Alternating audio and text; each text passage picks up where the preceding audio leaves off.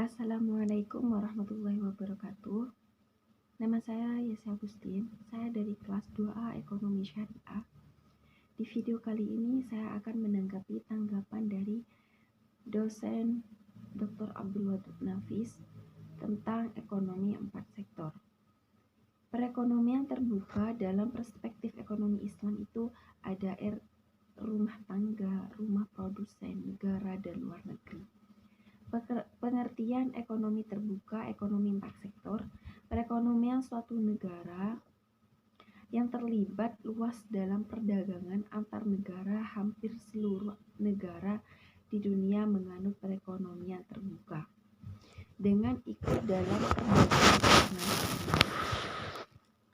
Dapat memacu ekonomi nasional karena akan memperluas pasar dan meningkatkan daya saing produksi dalam negeri. Perekonomian terbuka meliputi konsekuensi dari perekonomian terbuka dari segi ekonomi makro.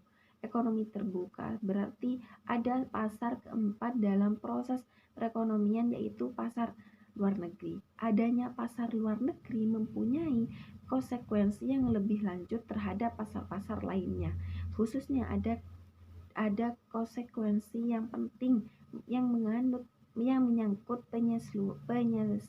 penyesuaian pengertian 3 konsep, yaitu yang pertama permintaan agregat di pasar barang, yang kedua jumlah uang yang beredaran dari pasar barang, yang ketiga harga barang atau jasa, sirkulasi aliran pendapatan yaitu alat produksi, perusahaan, pemerintah, pendapatan luar negeri.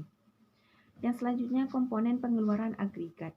Yang pertama konsumsi rumah tangga atas barang-barang yang dihasilkan buka kurung C besar DN kecil tutup kurung. Yang kedua investasi perusahaan. Yang ketiga pengeluaran perintah atas barang dan jasa yang diperoleh dengan negeri. Ekspor X, impor M. Sehingga AE sama dengan CDN plus I plus G buka kurung X min M. Yang selanjutnya faktor penentuan ekspor. Apabila barang tersebut diperlukan negara lain dan mereka tidak dapat memproduksi barang tersebut, maka produksinya tidak dapat memenuhi keperluan dalam negeri. Yang kedua mutu bening. Yang ketiga kita bisa masyarakat LM terhadap barang yang diekspor. Yang keempat kemajuan teknologi dan ekonomi negara. Faktor-faktor penentuan impor. Yang pertama, tingkat pendapatan negara. Yang kedua, inflasi dalam negeri. Yang ketiga, kemampuan suatu negara untuk membuat barang. Yang keempat, kita bisa konsumen. Dengan demikian, keseimbangan perekonomian terbuka tercapai apabila Y plus M sama dengan C plus I plus G plus X. Y sama dengan C plus I plus G plus buka kurung X min M tutup kurung. Yang selanjutnya sutikan dan bocoran. Keseimbangan dan tercapai ketika I plus G plus X plus S sama dengan S plus T plus M. Pendapatan disposibel merupakan sisa pendapatan nasional dikurangi dengan pajak-pajak. Seperti YD sama dengan Y min pajak perusahaan min pajak individu atau YD sama dengan Y min T. Selanjutnya, pendapatan disposibel digunakan untuk membeli barang dalam negeri, impor, dan ditabung. C sama dengan CD plus M untuk ditabung sebanyak 5. Dengan demikian, keseimbangan perekonomian terbuka tercapai apabila Y min T sama dengan C plus S atau Y sama dengan C plus S plus T. Yang selanjutnya keseimbangan perekonomian terbuka.